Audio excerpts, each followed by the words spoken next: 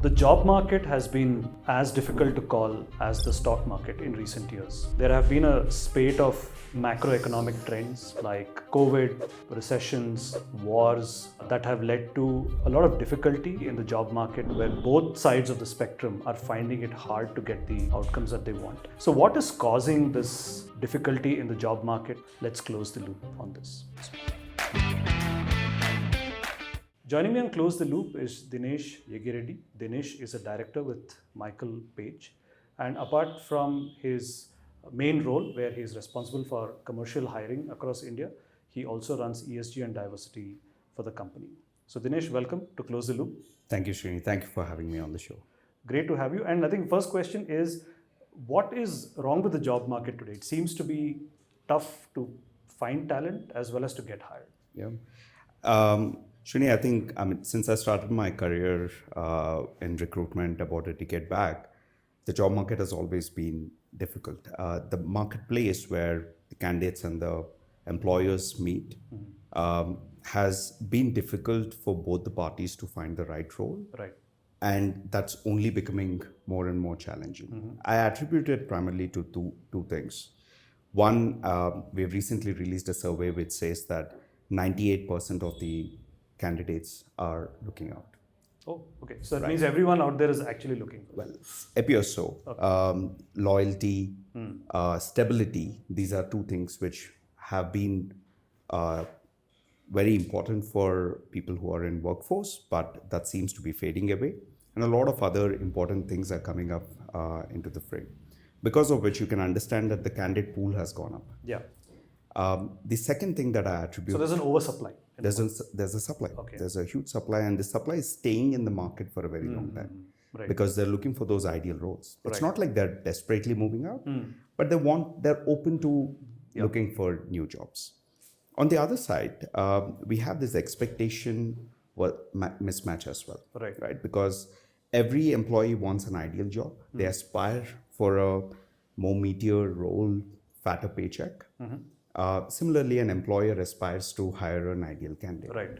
This search for ideal job is what's causing the time to hire to increase. Right.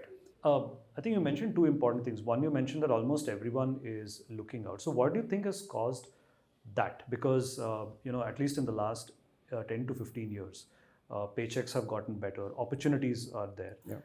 Why is it that people are always looking out for a change? Yeah, so one is, of course, like you rightly said, the paychecks have gotten better and opportunities are plentiful, right? When the opportunities are plentiful, everyone is in the mood for aspirational job. Right. So that's why they are open to hearing what's out there in the market. Also, what we have seen is, especially in the last few years, the reasons why people stay in a job, which is more about building their capabilities in a certain area, being more stable. Earlier, people used to stay in a job between 3 to 5 years, depending on what function it is. Right. Today, that has come down by about 40%. Correct. You will see, usually you don't see people staying in a job for more than 2 years. 2 years, in an area, right? So these kind of things have led to more people being always open to opportunities. Got it. They might not be actively seeking out. They're not every day sitting and applying for jobs. But they leave a door open. They leave their door open. Yeah. And what's happened on the employer side? Because of course, every employer would want the best candidate for the job, but why has realism gone out of the window? And are there certain market factors or the difficulty? Right now we're in a situation where funding has dried up, for example, and the expectations that investors have on companies to be more efficient. Do you think these factors are contributing to employers setting the bar higher and higher? Because the cost of a bad hire is terrible. The cost of a bad hire is a lot. The cost of doing business in general has gone up and this is not just for business leaders, this is also for functional leaders who are trying to hire, because every function has become more specialist and there are many more ways to do a role. If earlier FMCG sales was, there were generalists who were putting a product onto shelves across supermarkets, general trade, etc. Today, you have multiple people doing jobs and very specialized. There are people for general trade, there are people for modern trade, There are people who are selling digitally, so on and so forth. So it's like in medicine, there are super specializations, even jobs. In jobs, in functions, there are within super. functions there are super specialization. Within marketing, there are super specializations and all, right? Now, when that's moving, job employers who are giving out these employment, firstly, they want specialists. Yeah. People who can communicate what is the impact that they can have on that role, plus who can probably upskill themselves to do few more roles as they progress. Demand for generalists is a great thing to have, but wanting a generalist for every job is also not the right thing to have. Right. But do employers get this? Because, normally the tendency is that, I want at least a 2-skill or a 3-skill person, especially in the startup scenario, or even in larger companies, Even in budgets larger are constrained. companies, yeah. But how far removed are employers from this reality? I think they understand that this is what the market is, because I mean, at the end of the day, they are also at some point job seekers. True. Right. So they understand that there's a certain way the market works, but it's about wanting that aspirational candidate. Right. So usually the search starts off with, okay, I want these 3 things. Right. Then it slowly goes into a mode where say, okay, fine, this one we can ignore. Right. Finally, it comes, this one we can ignore. Let's just get this candidate who can do this job. Right. In some areas, it might potentially take 60 days, 90 days before we arrive at that point. What's the longest that you've taken to hire a person? There was one search which I spent 2 years. 2 years? 2 and years. Did they hire? Did they get the person? Of course, they got the person. Happy Absolutely. with the person? Still with the company. Okay. It's been more than 5 years, so I'm sure he's doing well. Okay. But yeah, I mean, those are some unique searches. Right. And your shortest? Shortest could be a day as well. A day? Yeah. Okay. The morning the mandate comes, we know who exactly fits into the job. We just How do you finish all the interviews in one day? They just meet the candidate. The candidate is available. And was it at a senior, junior level? Or? Usually these kind of smaller ones happen at the specialist level, right? They want someone to do exactly the same job. Right. We have someone on top of our mind and we do it. Okay. And the person joins pretty much that week, when the organization is ready to onboard the person. So you mentioned something about specializations, and I think that brings me to a related topic around the gig economy, because the gig economy is also powered by people who are good at doing one thing.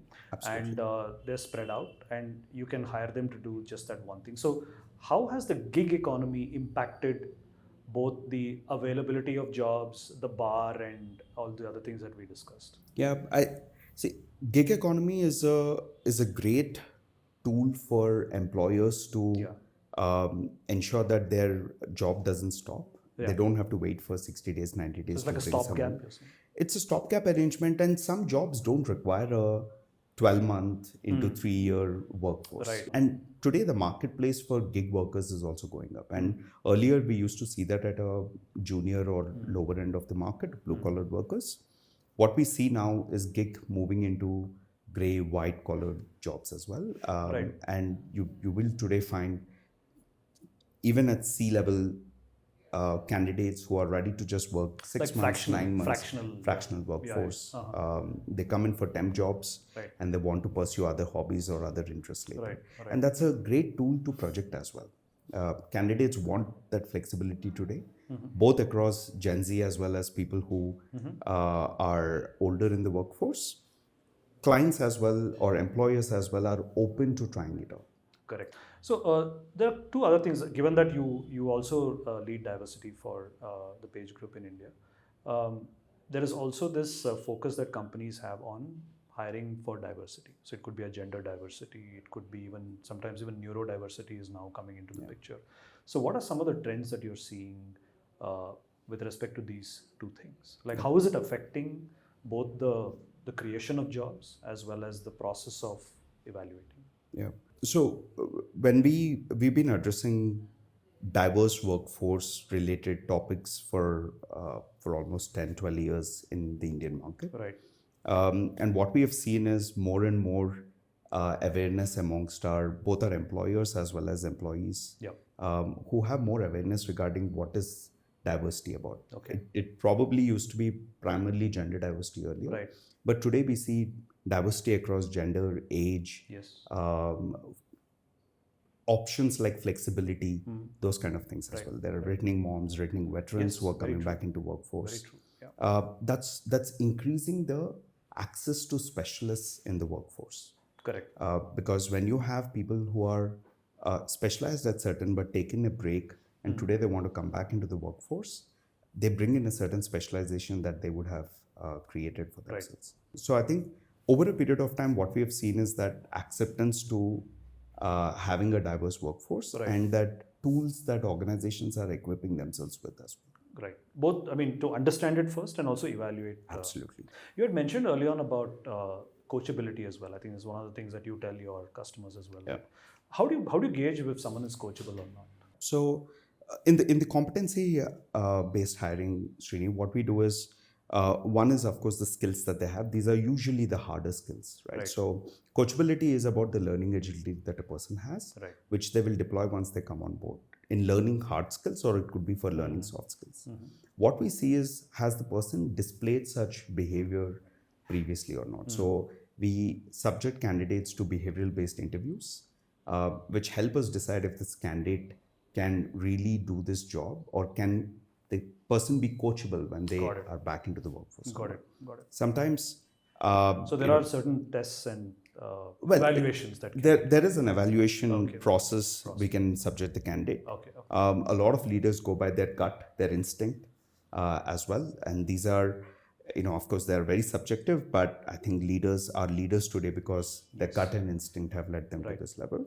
And there is sometimes data to prove these as well. So all in all, I think if you're assessing the person on certain behaviors that they've displayed in their previous careers, previous roles, you will be able to figure out if they're coachable. Great.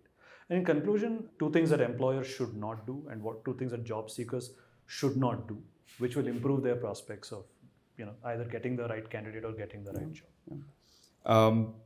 One thing that I always tell my candidates is be very consistent in what you're doing, in what you're saying, and project it on your resume. So what should they not do is putting everything on the resume and making the resume sound like a journalist. So especially if it's until a certain managerial capability, make sure you show your specialization. You're able to communicate the impact that you'll make on the organization very clearly. That's one. The second thing that I would urge candidates or job seekers to do is network more often.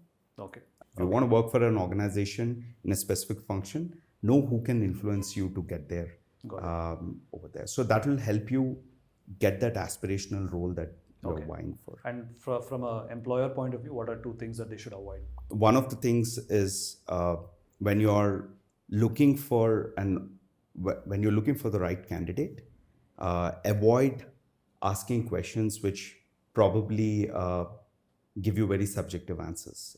Try and understand what you're hiring for and ask appropriate questions to these candidates. The other thing that a company should avoid doing is be very closed in terms of what you want to hire, because a certain stereotype has fit into your profile. Some candidate has worked for you in the past. Do not chase behind that.